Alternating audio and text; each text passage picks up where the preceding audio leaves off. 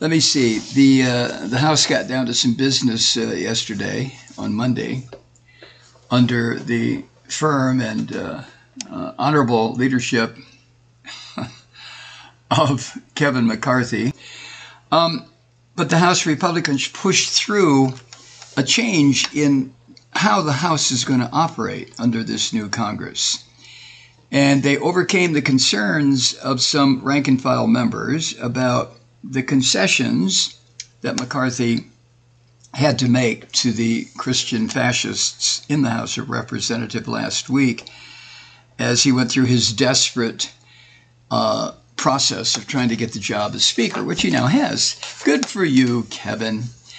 As you remember, he got it Saturday after 15 rounds of voting that stretched across 5 days.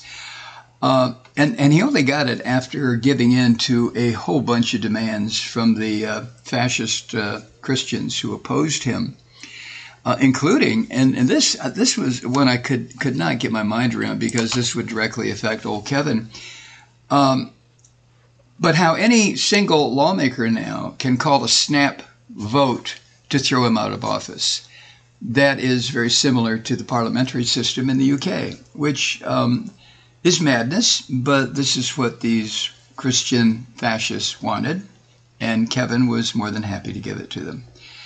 Now, the struggle that he had trying to get to the speakership was a clear indication of how difficult it's going to be for poor old Kevin to try to keep his narrow majority in line.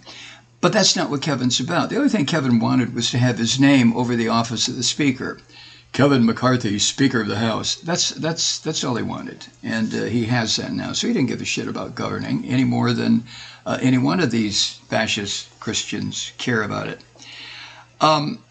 Anyway, in the end, a handful of these fascist holdouts dropped their opposition and supported what he was trying to do.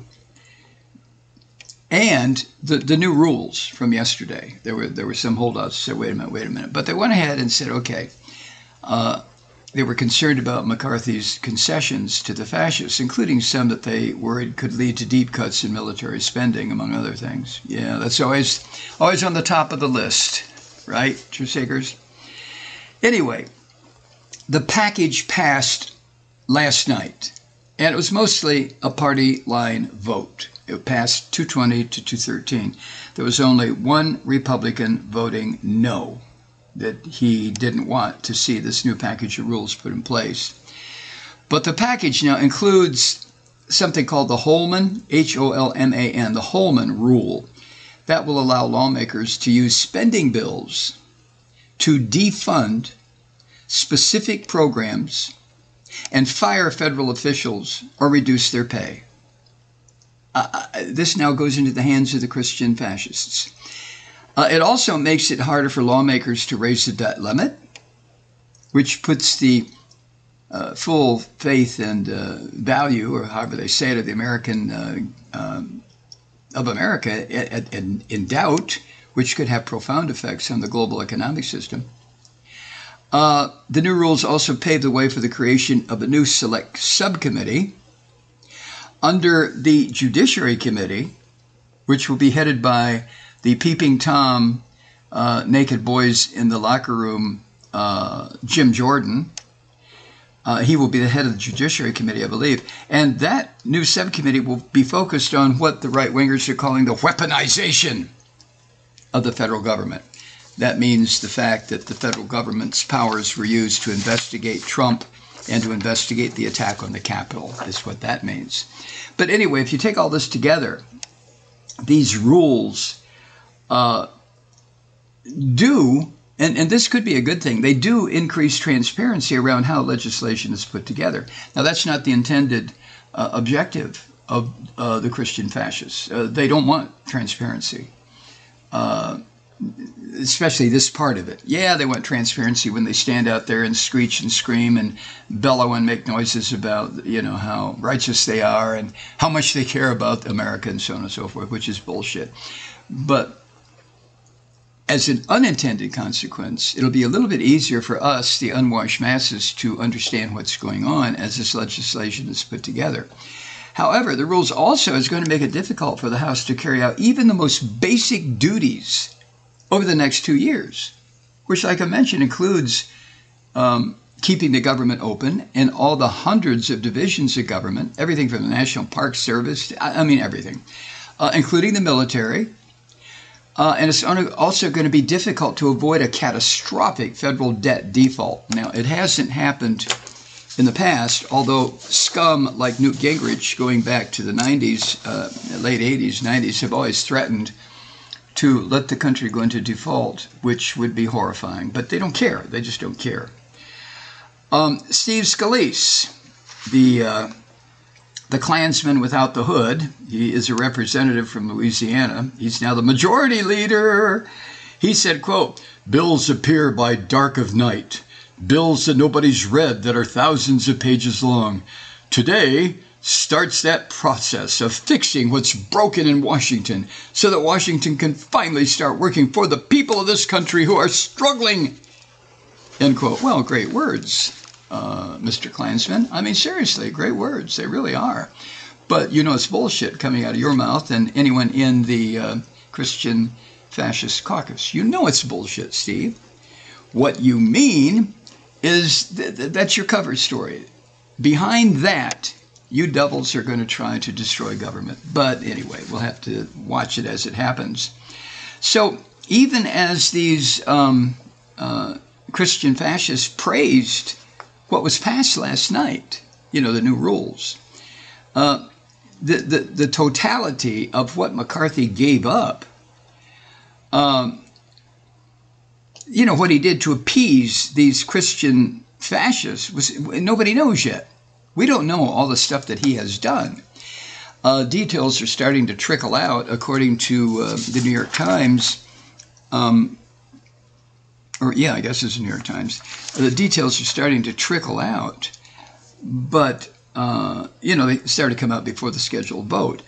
And some of these members of Congress, the ones who are not Christian fascists, expressed a doubt that they would ever know the entirety of what McCarthy, in his pleading, begging, whining on his knees, begging, "Let me be the speaker," what he privately promised.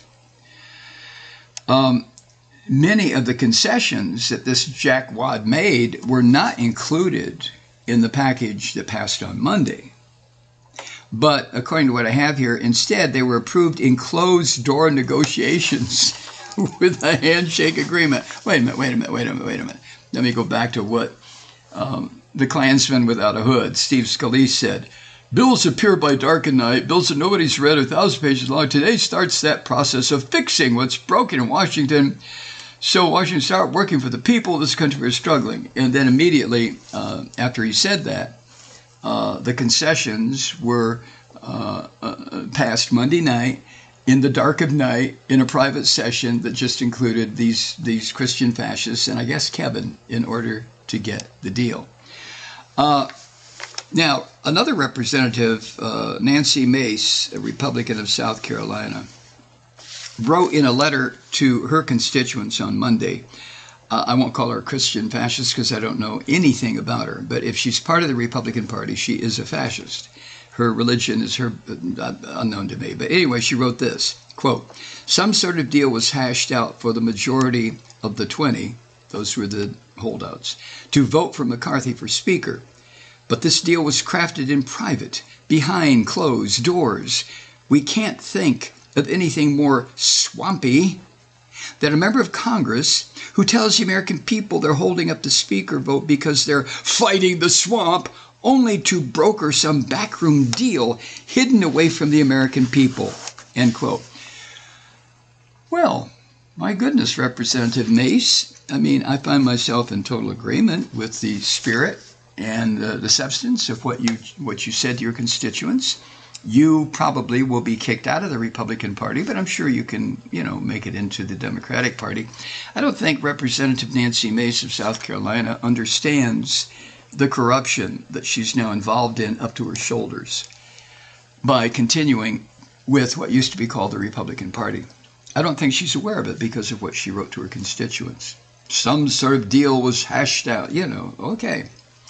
Now, this representative, Nancy Mace, had initially signaled she might oppose the rules package because she and other members of the Republican caucus who don't realize yet that the Republican Party is a rotting corpse. I don't know why Nancy Mace doesn't know that. Surely she can tell by the stench. But anyway, she and other rank-and-file lawmakers, that would be members of the Republican caucus who still think it's the Republican caucus, they still hadn't been briefed on the full extent of Kevin's concessions.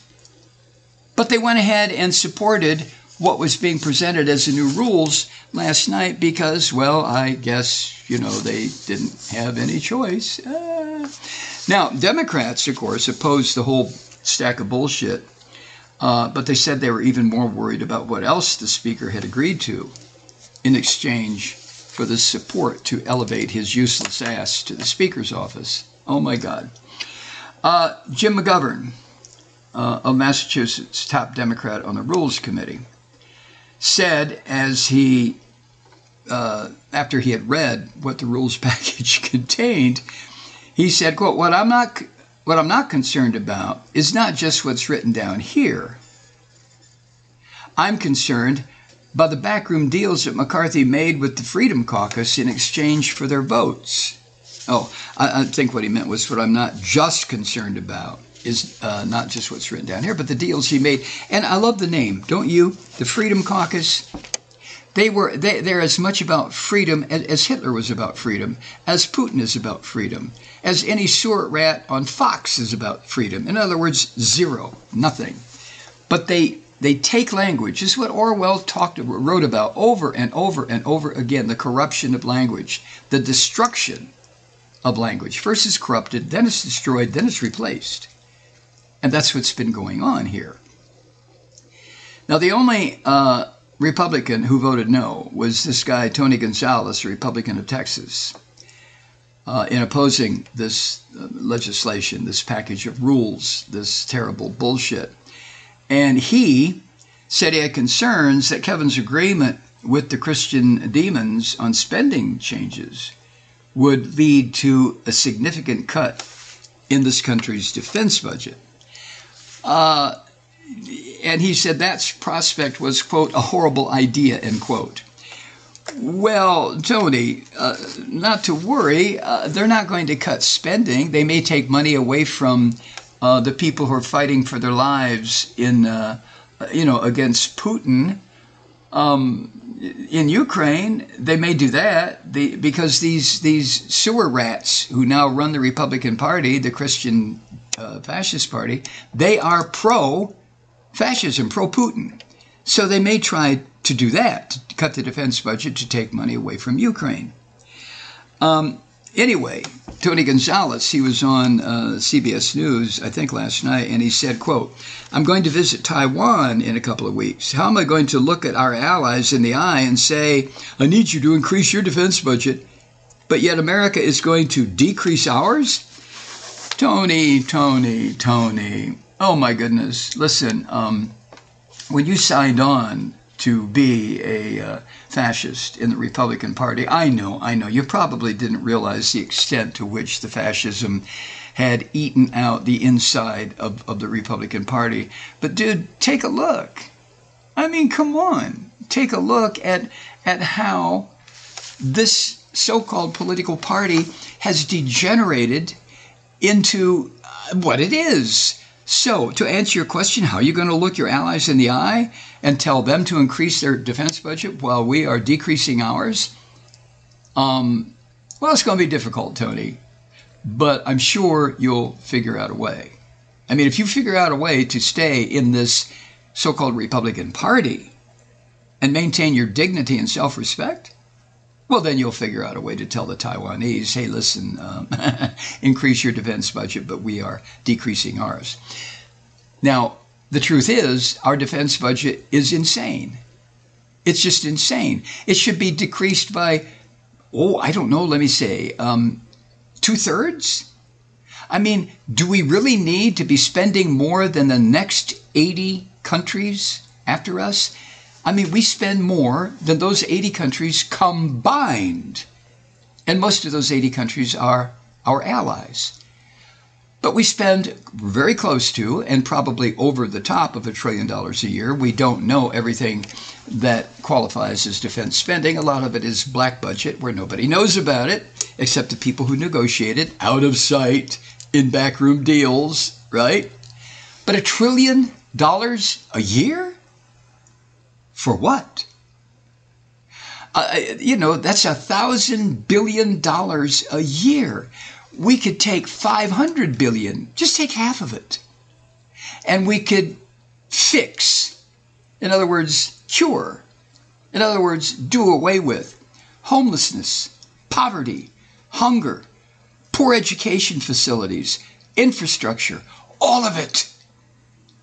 But this is the United States of America, and according to the people who mostly control the government, this is a Christian nation. And by fucking God, excuse me, we are going to spend $1 trillion every year on what? But we're going to spend it because, after all, we're a Christian nation, and this is what Christian nation apparently. I wouldn't think so, but apparently. Anyway, back to Kevin and this group of Republicans, so-called, who are not yet Christian fascists. Kevin and his team have kept defections where it concerns passing these rules to a minimum. However, it did constitute a preview of the work ahead of Kevin as he tries to appease the fascists in his party. Well, trying to maintain the backing of the larger group of more mainstream right-wingers. And when you're in the mainstream in right-wing politics in this country, you are so close to being a fascist, it's hard to tell the difference. You can still tell the difference, but it becomes more and more difficult. But in order to pass any legislation on the House floor, where Kevin can only afford less than a handful of defections, how's he going to do it? Well, maybe he won't. And even when some of this shit is passed, it'll never get its way through the Senate. And even if it does, then Joe Biden will veto it. But again, the Christian fascists are not the least bit interested in governing. They're interested in smashing, crashing, tearing up, destroying, slaughtering any attempt for this country to remain a democratic republic. That's what they're about. Hi, Truth Seekers. Mike Malloy here. You know, the Progressive Voices Network brings you commercial-free commentary from today's leading progressive radio hosts and pundits, like me, Mike Malloy, 24 hours a day. I'm not your typical old guy from the 80s or the 90s talk radio host, and Progressive Voices is not your typical talk radio network. It's a listener-supported nonprofit with no corporate control whatsoever over our broadcast. So hosts like me, Mike Malloy, are free to rant and scream and carry on about whatever we like. We're often controversial, but we're never boring. Weeknights, 9 p.m. in the East, 6 p.m. in the West on the Progressive Voices Network. Always progressive, always on. I'm Mike Malloy. Keep it lit.